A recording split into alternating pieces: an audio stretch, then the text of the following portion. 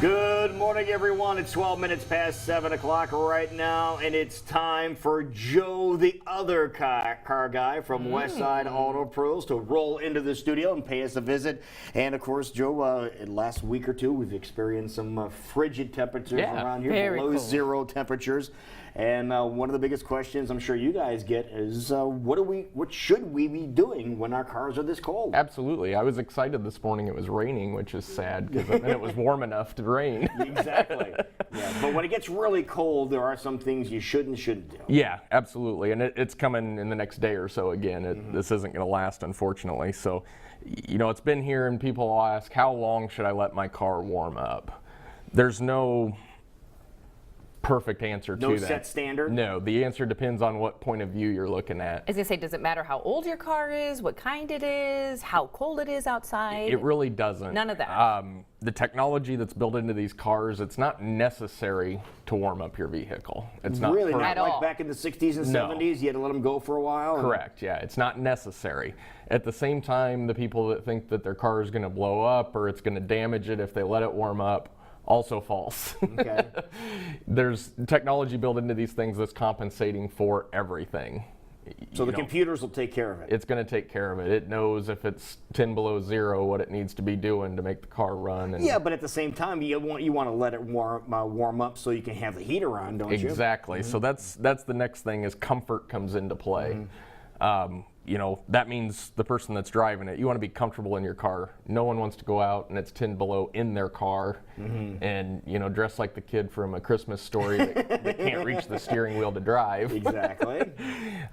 So, you know, heated seats, steering wheels, those things all add for comfort. Remote starts, they were obviously put on the car. The manufacturer's not going to put a remote start on your car from the factory that's going to cause damage to it by it sitting there idling. That's a very valid point. Didn't think about that. Yeah, you know, they're not doing things to harm it because they've got some responsibility for a set duration. So technically you're saying with the chillier temperatures we've been experiencing here lately, if I go outside, my car's been sitting outside all night long, I can get it, start it, and go, and I'm not causing any damage to my car. You can, yeah. Yep. Ideally, you know, for your safety and from the standpoint that there's going to be fog possibly on the windshield, the steam. Right. You might have frost on there. If it's snowed or anything like that, you Heck, also if it's want cold it to enough, warm up. you might have frost on the inside of your windshield. Yeah, exactly. Yeah. And those are all things that are a safety item that I would recommend you warming up your car. Okay. Yeah, So there are some safety reasons for, Absolutely. you know, and as well as just personal comfort, as you're saying. But as far as the fluids inside the engine and the radiator system and things like that, those are pretty you know, functional right off the get-go. Absolutely. And the antifreeze, it does have to warm up. Your coolant has to warm up to be able to produce heat. So you're not going to go out, start your car, and there be instant heat. Right. We all know that it's going to blow cold for a little while. Yeah, they don't have electric heaters then, do they? Exactly. Okay, yeah. Exactly. It's a radiator type system. Yep, it's a radiator. It's going through. It's got to go through the heater core, and that coolant's got to be hot enough that it's going to produce something coming out of your vents. So from a safety standpoint, it makes sense to actually warm up your car because then you have heat. You're comfortable. You're not sitting there chattering your teeth trying to drive down the road. Your windows are clear. Now, is there anything you can do to try to help speed the process along? Say you're going somewhere and you have to get going, but you don't want to be frigid in the first couple of miles. Yeah, one thing you can do for the first couple of miles, you wouldn't want to do it long term, but enough to get the coolant temp up, and your gauge is going to show you when it's right in the middle, is you can run it in a gear lower. So if normally you put it in overdrive, you could put it in drive.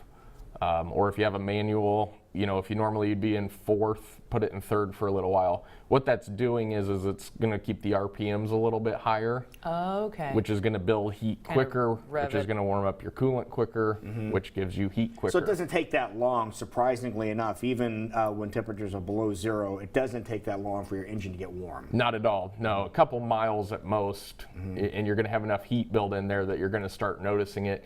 It's not going to be the peak heat, but it's also going to start getting into the 60s and 70s in the car. It's going to feel like, and then it's going to start making like a sauna in there compared to what's outside. Absolutely. Yeah. But then it also goes back to making sure your vehicle is well maintained so that heater is working properly. Absolutely. Yeah. I have a vehicle at the shop right now that there was water in the coolant system. It's froze. It came in with no heat. So the radiator has ice in it right now because it's not properly maintained. So it doesn't matter how many times you're trying to. Yeah, you can drive that in whatever gear you want. It's still frozen. Yeah, there's no fluid motion. Not There's working. nothing moving, so you have no heat. So that, I mean, that's a safety item. Now, Okay. what do you guys recommend for coolant level when it comes to protection? How low do you suggest it go? If it's anything other than 34 below, there's some sort of mixture issue, whether it's just that it's been in there too long and the properties of it aren't doing what it should, or if it wasn't mixed appropriately, if you have had it serviced. If you're in the 10 to 15 below range, that's knocking on, I've seen slushy that's not antifreeze good. come in. It's not good because there's some Okay. properties or mixture that's not right. And how long does it Okay. take to check it if somebody comes in? We can check that within 2 to 3 minutes. It's a Okay. very quick Piece of cake. process. Okay, well, if people want to get that checked out or learn more about the wonderful tips you have, where can they get in touch with you? They can find us at 1901 Northwest 92nd Court in Clive. They can call us at 225-9090 or westsideautopros.com. That works. Perfect. Thanks, Joe the Car Guy. You bet. We'll